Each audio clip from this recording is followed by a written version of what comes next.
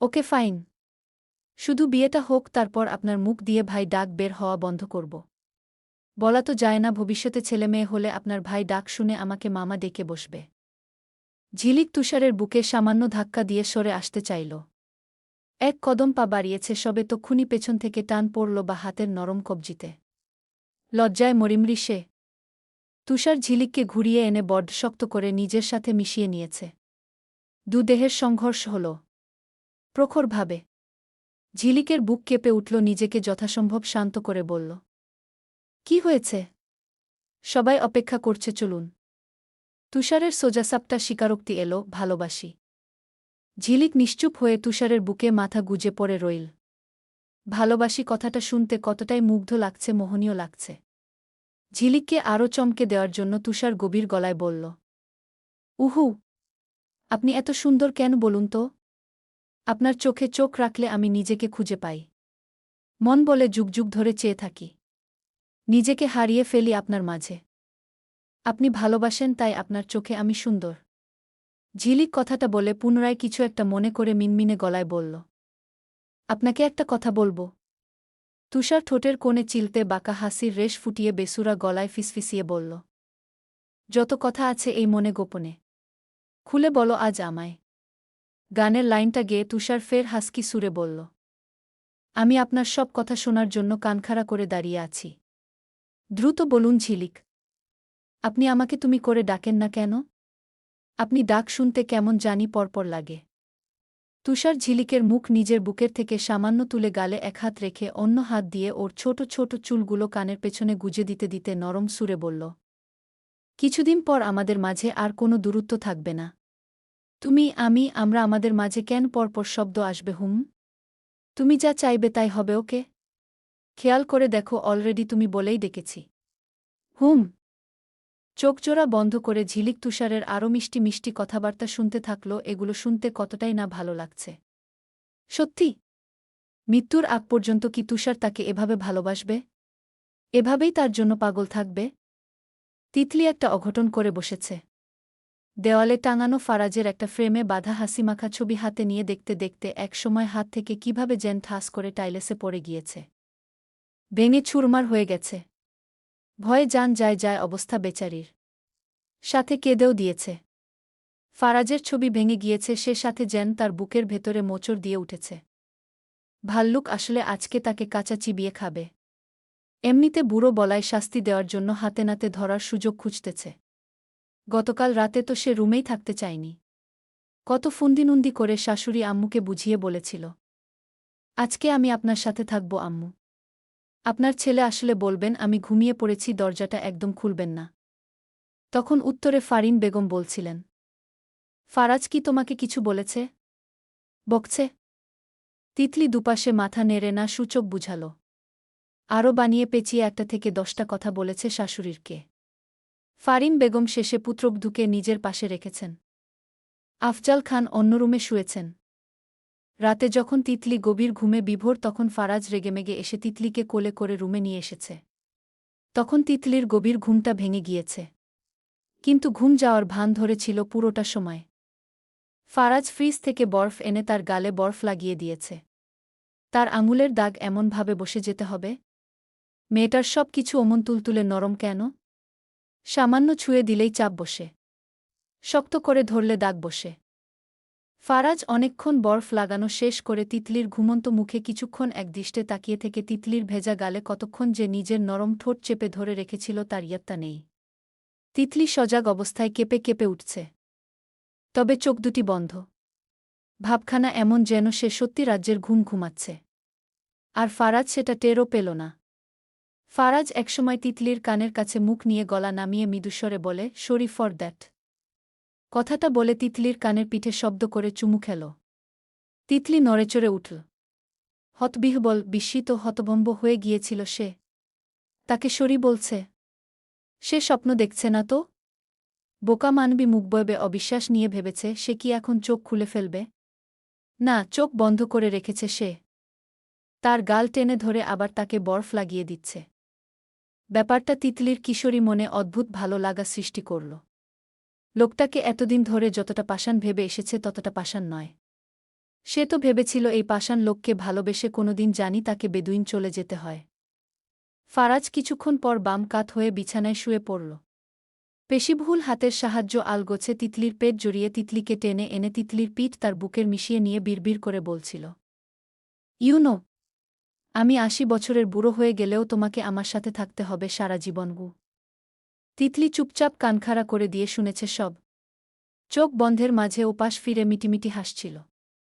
মনে মনে তিতলি বলছিল, আহারে বুড়ো বলায় মনে হয় গায়ে লেগেছে। আন্দাজ করল সে প্রথম থেকেই ফারাজকে জ্বালিয়ে আসছে। ১ মিনিট শান্তি দেয়নি ফারাজকে। যেদিন কলেজে প্রথম দিন ফারাজ জয়েন করেছিল, তিতলি সেদিনই ক্রোন আইসক্রিম খেতে খেতে ভুলবশত ধাক্কা লেগে ফারাজের সাদা শার্টে গোটা আইসক্রিম মেখে দিয়েছিল। সেদিন ফারাজ তাকে কিছুই বলেনি, শুধু তিতলির উপর কটমট দৃষ্টি ফেলে চলে গিয়েছিল। সেদিনের পর থেকে আরও কত ঘটনা ঘটেছে। তখন থেকে তার এসব ভুলবাল উল্টাপাল্টা কাজ, মুখে মুখে তর্ক করা সব সহ্য করে আসছে, এটা কম কথা নয়। তিতলির আজ সত্যিই ভাল্লুকের উপর মায়া হচ্ছে। তিতলি রুমে দাঁড়িয়ে দাঁড়িয়ে ফারাজের হাসিমাখা ছবিটা হাতে নিয়ে রাতের কথা ভাবছিল আর মুচকি মুচকি হাসছিল, তখন হুট করেই ঘটনাটা হল। কাচের ছবিটা ভেঙে শেষ। কাচের ফ্রেম ভেঙে চারপাশে টুকরো টুকরো হয়ে গিয়েছে। তিতলি কি করবে না করবে কিছুই বুঝতে পারছে না। শাশুড়ির কাছে শুনেছে এটা নাকি ফারাজের খুব শখের ছবি। ভয়ে কেঁদে দিয়েছে মেয়েটা। বিড়বিড়িয়ে আওয়ালো, আল্লাহ বাঁচাও আমাকে। অনেকক্ষণ ভাবার পর একটা শপিং ব্যাগ নিয়ে সেটার ভেতরে ভাঙা কাচগুলো ঢুকাতে শুরু করল। হাতে কাচ লেগে কেটে গেছে। রক্ত বের হয়েছে। ব্যথা পেয়ে উফ শব্দ করে উঠলেও থামল না। অন্য সময় হলে কেঁদে কেটে মাথা তুলত কাটা হাত নিয়ে। সব ঢুকিয়ে শপিং ব্যাগ সহ খাটের নিচে লুকিয়ে রেখেছে। মন থেকে ভয় কমানোর জন্য বাবাকে ফোন করল। ফোন রিসিভ হতেই তিতলি বলল, আসসালামু আলাইকুম আব্বুগু। তৌসিফ শেখ, ওয়ালাকুমুসসালাম। কেমন আছো আম্মা? তিতলি, ভালো। তুমি কেমন আছো আব্বু? তৌসিফ শেখ, আলহামদুলিল্লাহ ভালো। গলা এমন শোনাচ্ছে কেন? তিতলি, কই না তো, আমি একদম ঠিক আছি আব্বু। তৌসিফ শেখ, আব্বুকে মিথ্যা বলো না আম্মা। কোনো কিছু নিয়ে ভয় পেয়ে আছো বলো। তিতলি নিজের ভয় আড়াল করে আব্বুকে বলল, কোনো কিছু নিয়ে ভয় পায়নি আব্বু। তৌসিফ শেখ, জামাই কোথায়? জামাইয়ের কথা জিজ্ঞেস করে। তিতলি যার ভয়ে নিজেকে সান্ত্বনা দিতে বাবাকে ফোন করল। তার কথা জিজ্ঞেস করেছে। সে বলল, বাইরে গেছেন। বাবা মেয়ে আরও কিছুক্ষণ কথা বলে রেখে দিল। আব্বুর সাথে কথা বলা শেষে তিতলি নিধির সাথে কথা বলে ঘটনাটা শেয়ার করেছে। নিধি বলেছে ধমকাতে আসলে রোমান্টিক কথা বলবি। ফারাজ বাড়িতে এসেছে প্রায় রাত 11টায়। তিতলি ড্রয়িং রুমে বসেছিল। ফারিন বেগমের কোমরের ব্যথা বেড়েছে। তাই টেবিলে ফারাজের জন্য খাবার বেড়ে রেখে তিতলিকে বলছেন ফারাজ আসলে শুধু খেতে দিলে হবে। তাই তিতলি ঘুম না গিয়ে ফারাজের আসার অপেক্ষা করছে। ভাবতেই কেমন বুবু লাগে। ফারাজ ড্রয়িং রুমের কোনো দিকে না তাকিয়ে সোজা রুমে চলে গেল। তিতলি ফারাজের হাতে আইসক্রিমের বক্স দেখল। সে নিজেই বলেছিল আনতে। আইসক্রিমের লোভ সামলাতে না পেরে তিতলি কিছুক্ষণ পর প্লেট হাতে নিয়ে নিজেও খুশিতে গদগ্ধ হয়ে রুমের উদ্দেশ্য পা বাড়াল। দরজা ঠেলে ভেতরে তাকাল প্রথমে। ফারাজের পরনে একটা ঢিলেঢালা কালো ট্রাউজার, উপরের অংশ উদম। তিতলি মনে মনে ভাবে দৈত্যের মতো বডি, এটা তাকে না দেখালে শান্তি লাগে না মনে হয়। চোরাচোখে সে ফারাজের খালি গায়ের দিকে তাকিয়ে ঢোক গিল। রুমে ঢুকে টেবিলে প্লেট রেখে বলল, আপনার জন্য ভাত নিয়ে এসেছি। ফারাজ কপালে কুঁচকে তাকায় তিতলির পানে। সুদর্শন মুখখানায় তার সে কি সন্দিহান ভাব। দুষ্টমি লেপ্টে পরপরই গমগ্মে কণ্ঠে শুধায়, এতটা পরিবর্তন? মতলব তো সুবিধার লাগছে না ম্যাডাম। তিতলি সোফায় বসল, পাশে আইসক্রিমের বক্স। হাত বাড়িয়ে সেটা হাতে নিয়ে বসল। অনেক ভেবেচিন্তে এসেছে, ছবিটা ভেঙেছে, সে কথা কি করে বলবে।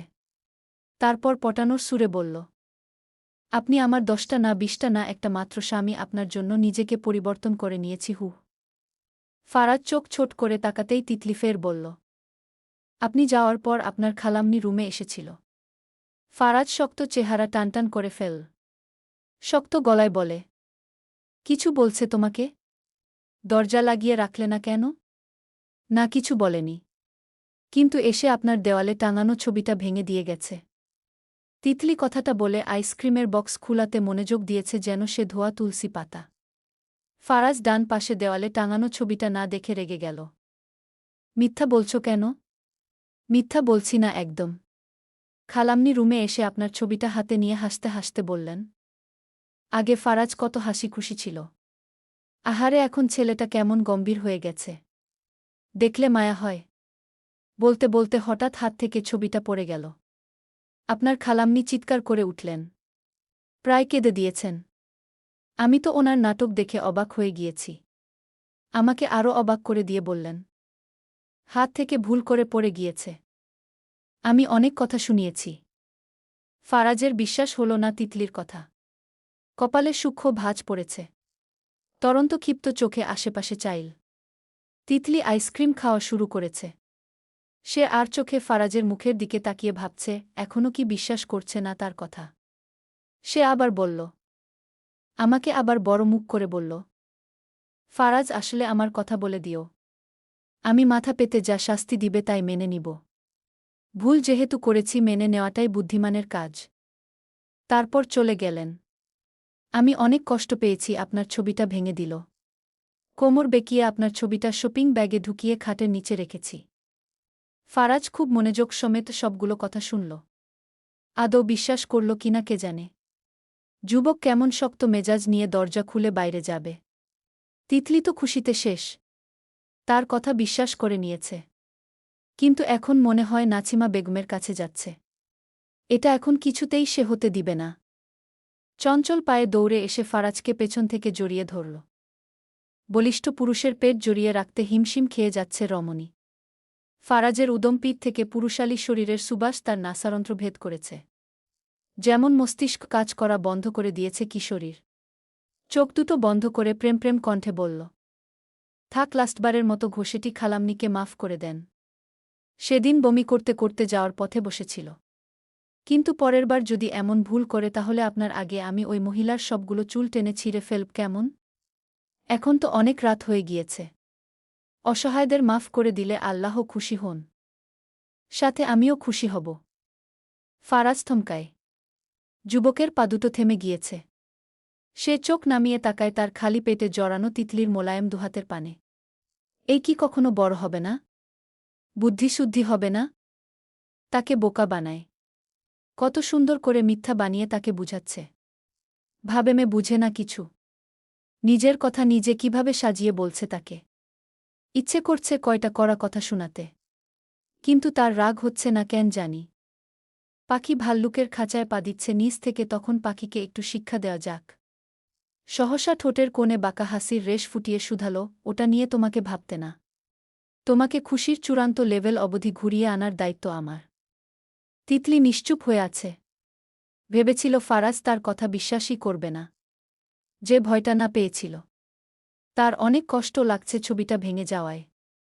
সে ঠিক এমন একটা ছবি এভাবে বানিয়ে আবার দেওয়ালে টাঙাবে। কিন্তু আসলে কি তার কথা বিশ্বাস করেছে?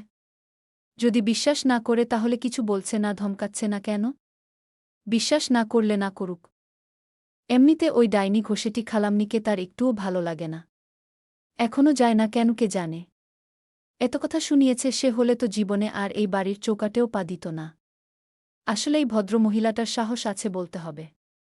তিতলি তখনও ফরাজকে জড়িয়ে ধরে রেখেছে। ফারাজ নিদারুণ স্বরে বলল। তো জেনে বুঝে কাছে আসছ তো?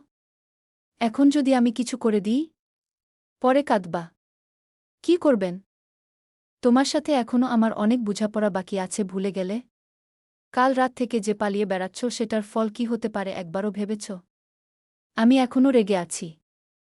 তিতলি কথা ঘুরানোর জন্য বলল ভাত খেয়ে নিন। উমা আমার তো অন্য কিছু খেতে ইচ্ছে করছে। আপনার যা খেতে ইচ্ছে করবে তা নিচে গিয়ে এনে দিব। No need. You are my most favourite dish. Titli ভীতি ঢোক গিলে। সে ফারাজের খালি গা থেকে ধীরলয়ে নিজের হাত আলাদা করতে থাকে। তার কেমন কেমন জানি লাগছে। এই প্রথম নিজের দোষ ঢাকতে গিয়ে উদম গায়ের ফারাজকে জড়িয়ে ধরেছে। ভাবতেই লজ্জায় মরে যাচ্ছে।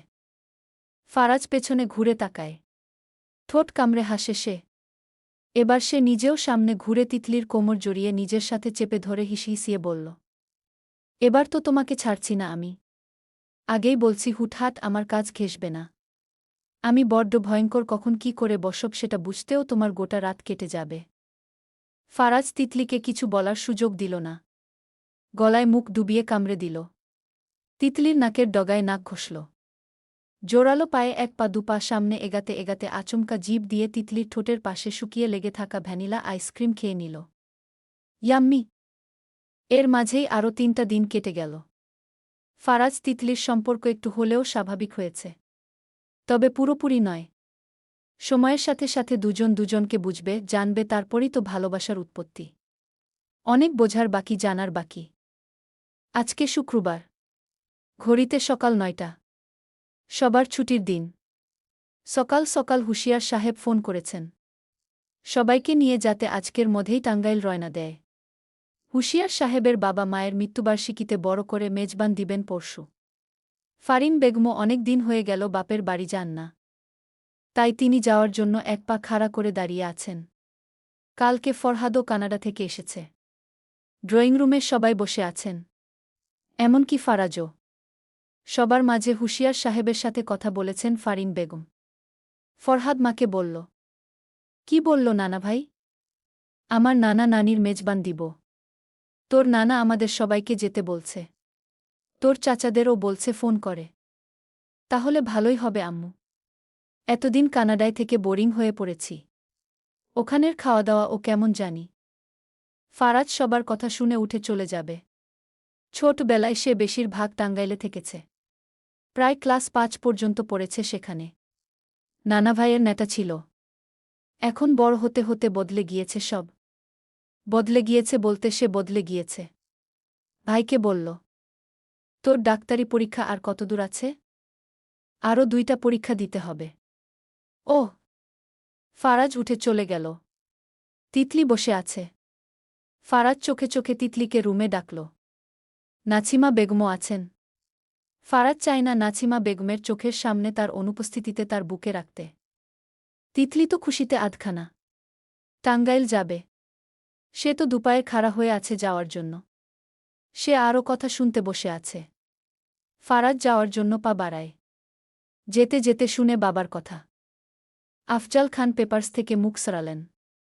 ফারাজের যাওয়া দেখে তিনি ভাবলেন ছেলের মতো নেই। তাই স্ত্রীর মুখের দিকে চেয়ে বললেন, সত্যি যাবে বলছ তো? তোমার বড় ছেলে ও আদৌ যাবে কি না সে মতামত নিয়েছ? ফারিন বেগম ছেলেকে শুনিয়ে শুনিয়ে বড়গলায় আওয়াজ করে বললেন, যাবে না তো কি হয়েছে, তার বাপ তো যাবে। ফারাজ না গেলে আমরা তিতলিকে নিয়ে চলে যাব। তোমার ছেলে বাড়িতে একা থাকুক। যখন দেখবে বউ চলে যাচ্ছে তখন ঠিকই দৌড়াবে। রাগে অনুরাগে। পর্ব 22। সুহাসিনী ফাতেহা।